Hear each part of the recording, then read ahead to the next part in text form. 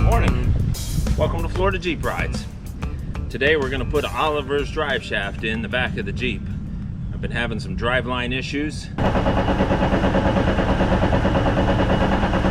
And one of the things that needs to be done, if you lift your Jeep 3.5 inches like we have, you're going to need to change the drive shafts because the pinion angle on those CV joints, constant velocity ones that come on the stock drive shafts, they don't allow you to have enough flex. In addition to that, the tube is really thick, so there's a chance that it's going to be hitting your exhaust system. So I've ordered a new drive shaft. Oliver's is the drive shaft I put on the front, and now I'm going to put an Oliver's drive shaft in the back. So let's crawl under this Jeep and see how easy it is to change your drive shaft. Thanks for watching. Well, now that we're under here, going to need a couple things.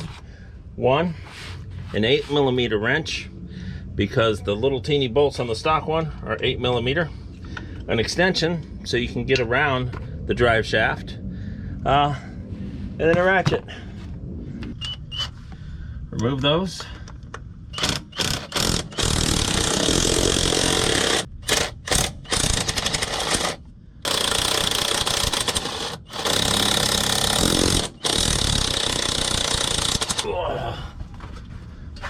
So now it's in neutral.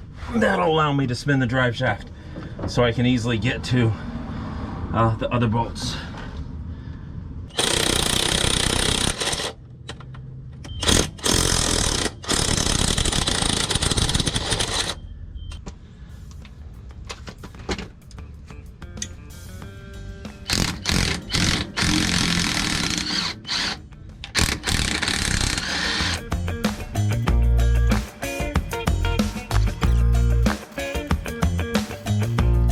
So these are the CV joints also that are on the stock drive shaft.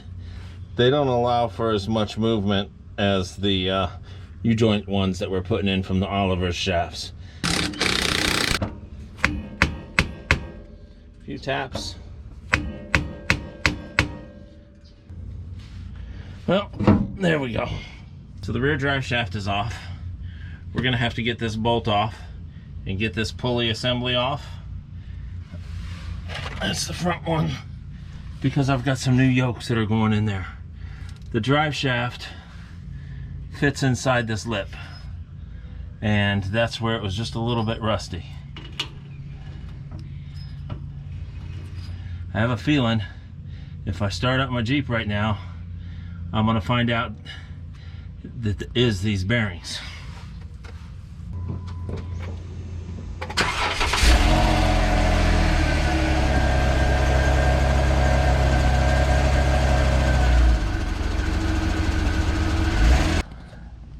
Old drive shaft is out. So here's the new Oliver's one. If you notice, it's a lot beefier. It's got grease fittings. This is heavy duty U-joint assembly versus these CV joints. This is actually made of a thinner metal than this. Hear that?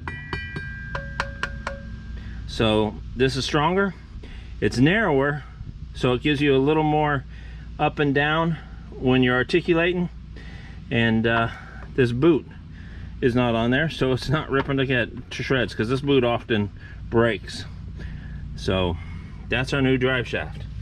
That's the stock one, which costs just as much as the Oliver's drive line and gear.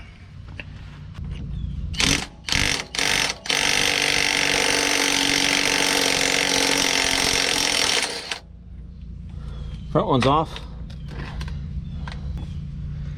Now, it's not recommended that you hammer on that because of the bearings. I will tap it very lightly. I mean very lightly. There we go. Front is off. It's gonna get replaced with the one that came with the drive shaft. While I'm in here looking at this, I'm looking at this seal. The seal feels really good, so I'm not gonna mess with the seal. This is the old hookup for the drive shaft. That's gonna be replaced. So I had to go down to Advanced Auto Parts and get a gear puller to get the yoke off the rear differential.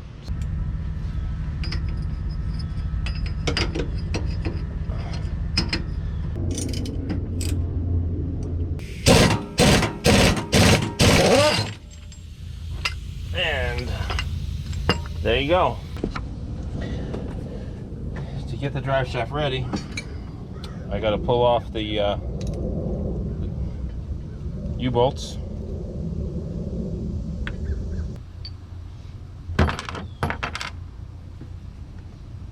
That side with the slip is going on to the differential side.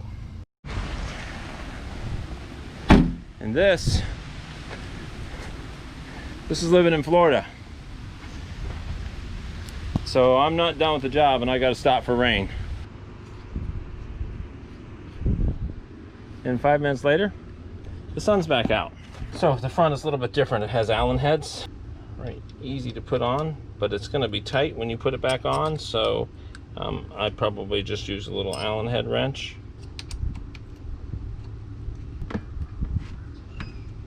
That is the yoke that goes on the transfer case. Got some red Loctite. Going to put a drop on each one of these while they're out here. This is in the front yoke. It's a little rubber grommet, and it's got a washer with a flange on it. It's pretty tight. There we go.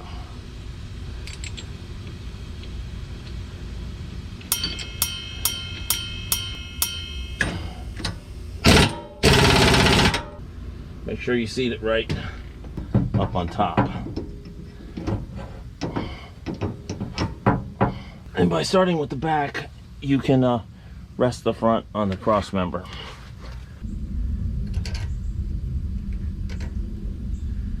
Seems to me like... So on the back end, there's just those U-bolts, which I already put Loctite, some 13mm wrenches. So once you get it spun around, make sure the cups are right. Make sure everything fits in there. Just be patient. That should be the front end. Well, that's the new drive shaft installed. So let's talk about this for a second. Well, I can show you. One, it allows for a lot better articulation in here for when this goes up and down because of the U-joints in there versus the CV joint. Again, I'm probably gonna have to change the bearings that are inside of the differential, so all this is gonna be coming off. At least this end is coming off. There's a grease zert right here where you can grease the shaft. Now, up in here, this is way more heavy duty than what we had before with the CV joints. Everything is in there, it's secured. We replaced this yoke was replaced, all of these joints, and the drive shaft now goes to the back. It's heavy duty, and I've probably said that plenty of times, it matches the front one. Hey, I'm Matt from Florida Jeep Rides, and you just spent a few hours with me underneath the Jeep because I believe in twisting my own wrenches, but when it comes to those bearings that are in the differential, we're going to take it someplace. Now we get to start it up and see if that actually was the problem.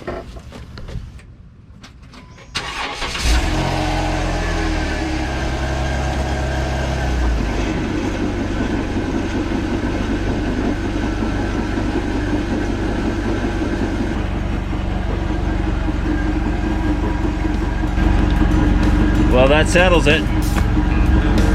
Next stop, repair shop.